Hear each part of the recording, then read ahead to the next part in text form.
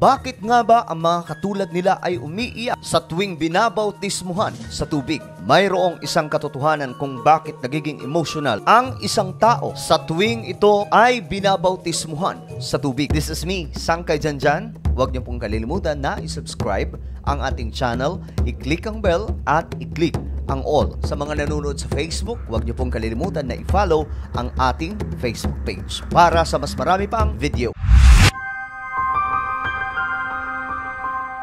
Marahil mga sangkay, marami po ang nagtatanong kung bakit may mga tao na binabautismuhan sa tubig na nagiging emotional, naiiyak. Pag-usapan natin ito dahil marami ang walang alam tungkol sa katotohanan ito, lalo na pag pinag-uusapan ang bautismo sa tubig. Isa sa numero unong rason kung bakit naiiyak at nagiging tila baga emotional at nararamdaman ang presensya ng Panginoon ng isang taong nababautismuhan sa tubig, sapagkat ito yung panahon na pagka inilubog na po siya sa tubig ay nahuhugasan na po ang kanyang kasalanan. Hindi po literal na paghuhugas ng kasalanan sa katawan, kundi espiritual na paghuhugas ng kasalanan. Kapag ang isang tao na binabautismuhan sa tubig sa pangalan ng Panginoong Hesus ay naiintindihan ang plano ng kaligtasan sa sangkatauhan, kung papaano pinapatawad at nahuhugasan ang kasalanan, hindi naiiwasan ng isang tao na maluha at magpasalamat sa ating Panginoon. Subalit mga sangkay, para magkaroon po tayo ng mas malalim na kaalaman kung bakit binabautismuhan ang tao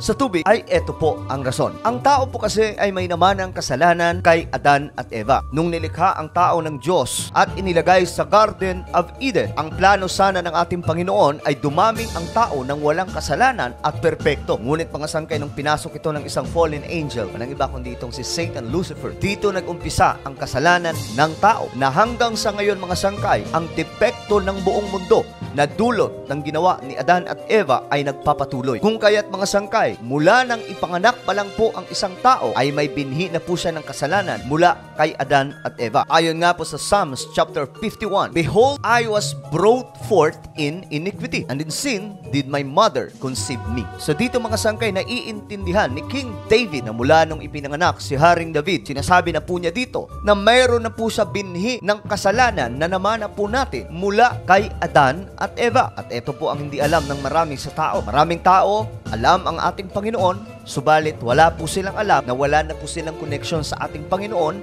at kailangan pong maibalik ito.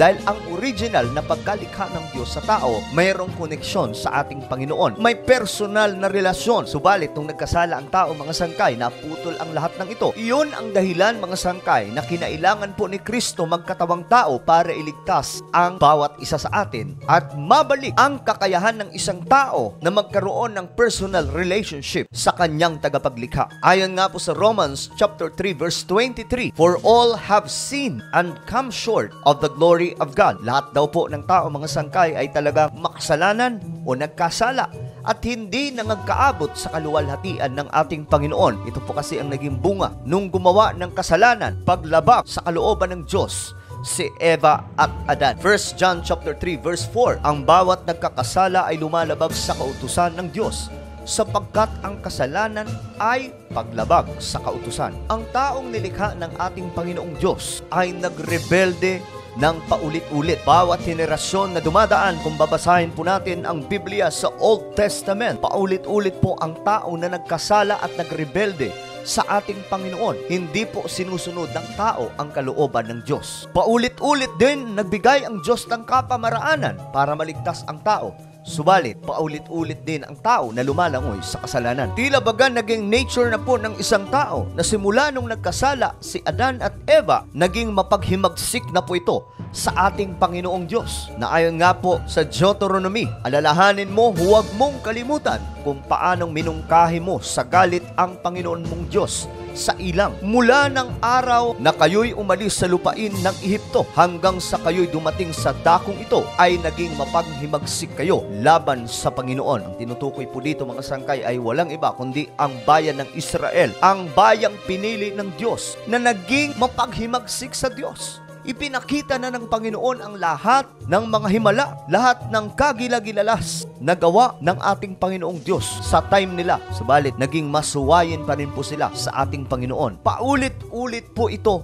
nangyari, mga sangkay, sa tao. At kung magtatanong tayo, mga sangkay, kung bakit namamatay na po ang tao ngayon, nung nagkasala si Adan at Eva, dalawang klaseng kamatayan ang pumasok sa tao. Kamatayan sa espiritual at kamatayan sa pisikal. Ayon po sa Book of Romans, ang kasalanan ay pumasok sa sanlibutan sa pamamagitan ng isang tao at ang kamatayan ay pumasok sa pamamagitan ng kasalanan. Dahil dito, lumaganap ang kamatayan sa lahat ng tao dahil ang lahat ay nagkasala. So dahil po sa kasalanan ni Adan at Eva, maging ang pisikal na katawan po natin na nilikha ng Diyos na perpekto ay namamatay na rin. Ngunit ang higit na nakakatakot dyan, mga sangkay, ay ang kamatayang espiritual. Dahil kapag namatay ang espiritual mo, ibig sabihin, wala ka ng koneksyon sa ating Panginoon at ang iyong pupuntahan ay walang iba kundi ang impyerno. Subalit, mga sangkay, gumawa ng pamamaraan ang ating Panginoong Diyos. Isinilang ang ating Panginoong Jesucristo para iligtas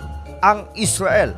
Ngunit dahil tinanggihan ng Israel ang magandang balita ng Mesaya na si Jesus Christ, naidugtong ang kaligtasan sa sangkatauhan. At dito nag-umpisa na maligtas ang lahat ng tao. Sa Book of Ephesians, sinasabi po dito, tinubos tayo ni Kristo sa pamamagitan ng kanyang dugo at pinatawad ang ating mga kasalanan. Ganoon kasagana ang kanyang kagandahang loob. So ang ating Panginoong Hesus ang nagtubos sa kasalanan ng tao. Ang sumpa ng kasalanang bumabalot sa sanlibutan ay tinapos ng ating Panginoon nung ipinako po siya sa krus at nabuhay muli. Dahil dito, mga sangkay, sa tuwing ang tao ay lalapit sa ating Panginoon, kayang-kaya na pong burahin ang kanyang kasalanan sa pamamagitan po ng pagsunod sa kalooban ng Diyos. Inalis ng ating Panginoon ang puwersa ng kadiliman na bumabalot sa katauhan ng kahit na sinong tao at binigyang daan ang kapangyarihan ng Diyos para maligtas ang katulad mo sa pamamagitan ng dugo ng ating Panginoon. At dito na nga po lumaganap ang pagtuturo ng mga apostles na naitala po ito sa New Testament sa Biblia. Itinuro dito, mga sangkay, na ang kapamaraanan para pumaligtas at mahugasan ang kasalanan ng tao at mawala ang sumpa ng kasalanan na namana kay Adan at Eva ay mabautismuhan ang tao sa tubig. Kaya tumayo kayo, gawin ninyong alagad ko ang mga tao sa lahat ng mga bansa. Bautismuhan ninyo sila sa pangalan ng Ama at ng Anak at ng Espiritu Santo. Sa pangalan daw po, hinahanap ang pangalan sa bautismo. Ano nga ba ang pangalan na tinutukoy dito sa Biblia? Nung nagsimula ang pagbuhos ng banal na Espiritu sa araw ng Pentecostes sa Jerusalem, si Apostle Peter ay kinasiyan ng banal na Espiritu at nagsalita. At naitala po sa Book of Acts ang bautismo sa nag-iisang pangalan na tinutukoy po doon sa Matthew chapter 28. Na ayon po dito sa Acts chapter 2 verse 38, sumagot si Pedro, pagsisihan ninyo't talikuran ang inyong mga kasalanan at magpabautismo kayo sa pangalan ni Jesucristo upang kayo'y patawarin at tanggapin ninyo ang kaloob ng Espiritu Santo. Ang pagsisisi at pagtalikod sa kasalanan at pagpapabautismo sa tubig sa pangalan ni Jesus ay ang kapamaraanan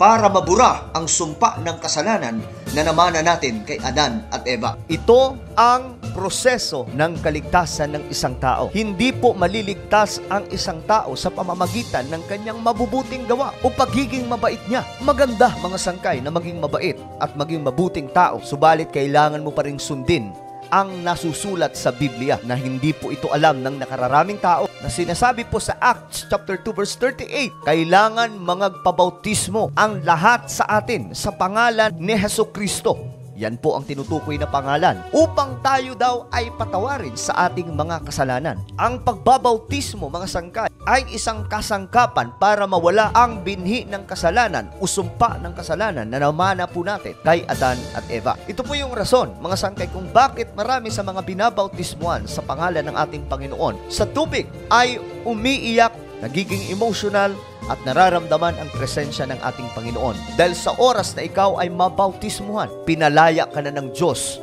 sa kasalanan at hinugasan ang buong pagkatao mo. Ngunit hindi po dyan nagtatapos. Kailangan magpatuloy ka sa paglilingkod sa ating Panginoon. Dahil ang bautismo sa tubig ay unang hakbang lamang po yan sa proseso ng kaligtasan. Kailangan magpatuloy, maglingkod sa ating Panginoon hanggang sa araw ng paghuhukom.